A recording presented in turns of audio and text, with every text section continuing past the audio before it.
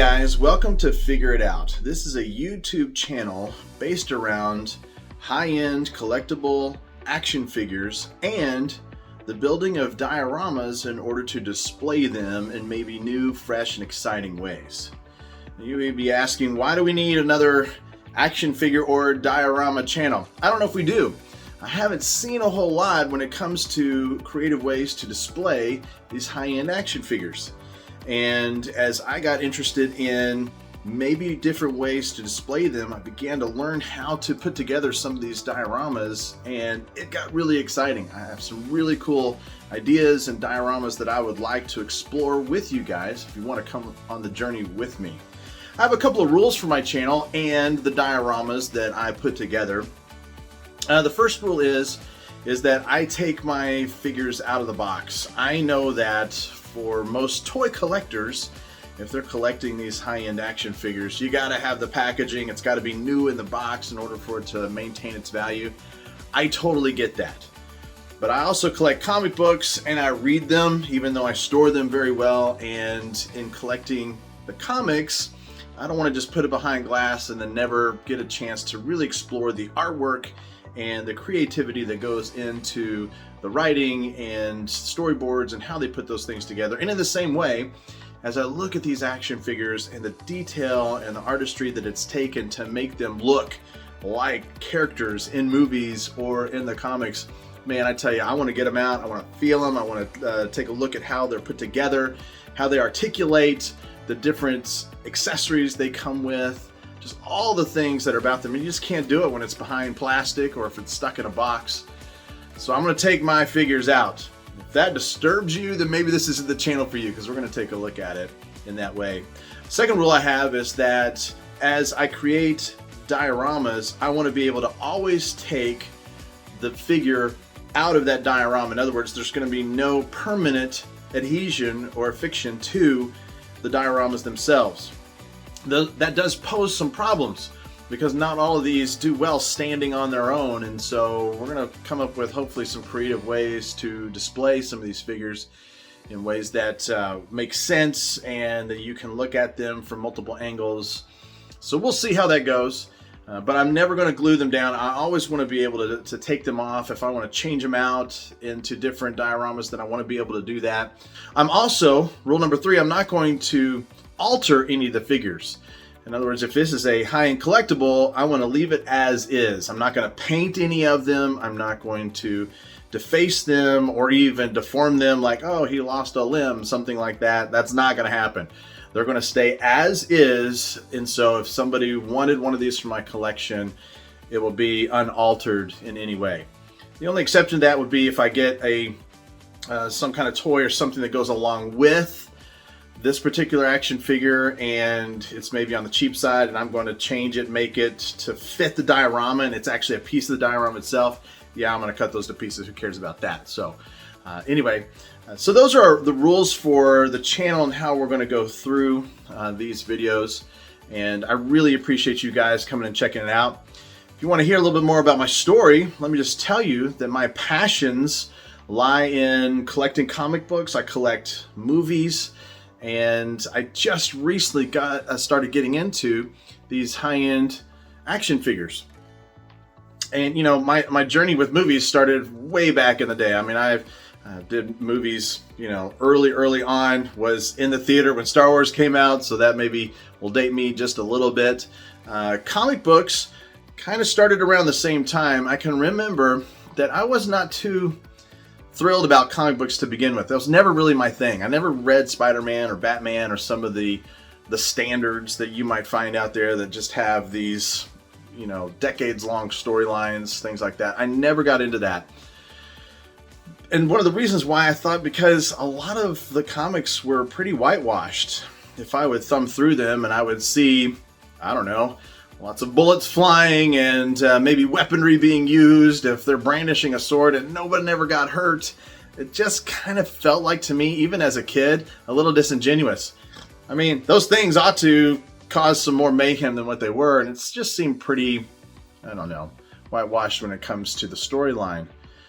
Well, there was a time, and it was around when I was 9 or 10 years old, that back in the day when my mom would go do the grocery shopping, she would abandon us to the newsstand that was there in the grocery store, and we would thumb through magazines and comic books, things like that, until she was ready to go. And I can remember picking up a magazine, Savage Sword of Conan, published by Marvel.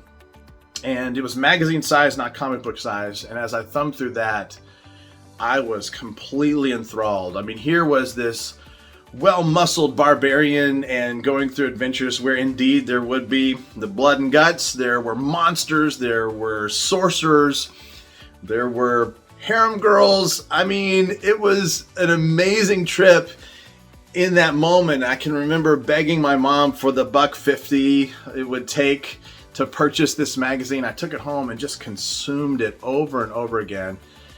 I did whatever chores were necessary, mowed the lawn, washed dishes, drummed up about the $20 to $22 I needed for an annual subscription, cut the little piece off the back and mailed it in. And then every month it would come in the mail. I could not wait for Savage Sword to hit the mailbox. It would come in a brown sleeve. I could pull it out of that sleeve and see what the artwork was for that month on the cover. Just amazing artwork. And then on the inside, all the pencils and inks that they would use in order to make that work, because it was a black and white at the time.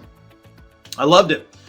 And that was kind of my jam for quite a while. I didn't collect any other comic books. Like I said, didn't really enjoy them. Thought the Conan comic book really didn't have a lot going for it. It wasn't at all like Savage Sword. So I just collected Savage Sword. That was it. And my comic collection kind of hit a snag when I hit around 15, 16. And that was, you get a car, it's time to start dating, I need some extra cash. And I can remember my interest moving more toward my social life, let's say, than it was comic collecting. So I remember taking in a whole box of these Savage Swords to my local comic shop and selling them for what would be pennies on the dollar now, for what they probably would be worth. And then I forgot about it. Then it was on to college and jobs and life and kids and all those things that happen. But a number of years ago, 3, 4, 5, 6, 7 years ago, let's see, I was walking through like a breezeway of where they had a bunch of stores lined up. There was a comic shop that was there, and I just thought, man, I'm gonna pop in and just see what that's like. And when I went, I saw they had a magazine bin, and in that magazine bin they had a Savage Sword #1, and it was on sale for about $70, and it was in a hard plastic shell, but you could still like access it, so I could still read it. And I thought, I'm willing to bet this may be worth a little bit more than what they were asking for. It probably wasn't, but I thought maybe. I thought of it kind of like an investment. I bought it, took it home, I read it and consumed it, and then I put it away. Just put it in a closet, and once again, I forgot about it. And then, about 3, 4 years ago, I moved, and in the move was emptying the closet, putting everything in a box, and I came upon that magazine again, and I was like, why did I put that away? I wasn't sure. Maybe my life was just way too busy at the time, but I remember pulling that back out and remembering just what a pleasure it was to look through the artwork and the storylines and everything that was presented there. And I thought, I'm gonna see if there's any more of this out there. So I went to a comic shop nearby. One of my favorites, the Comic Vault. Absolutely fantastic guys. The owner, Matthew, was there. I began talking to him about what I would like. He did have some magazines, some Savage Swords. I think I bought about 5 from him at the time. And I told him, hey, I'm interested. If you ever find any of these, I'm coming back. He said, great.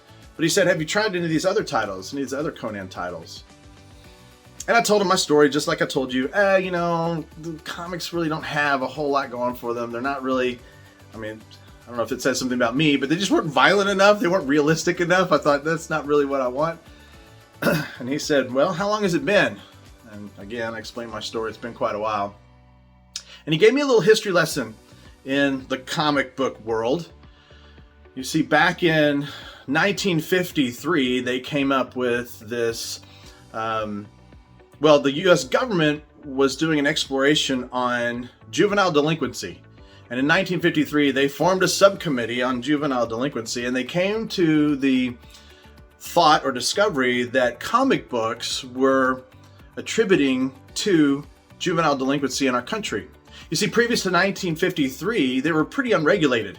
There were comics about war, and there was blood and guts, and there were horror comics that were supposed to be spooky and scary, and it showed some graphic things that might fit in today. But in 1953, the subcommittee said, well, we got to do something about that. The comic book world decided they were going to go ahead and police themselves, so they came up with the Comic Code Authority and sort of whitewashed all the comics. No longer could you have horror in the title. You couldn't show blood, no nudity, nothing like that. You couldn't have any of that in any of the comics any longer. And that tracked from 53, that Comic Authority tracked until kind of the late 80s-ish, around there. And they started moving away from it as censorship lightened in our country.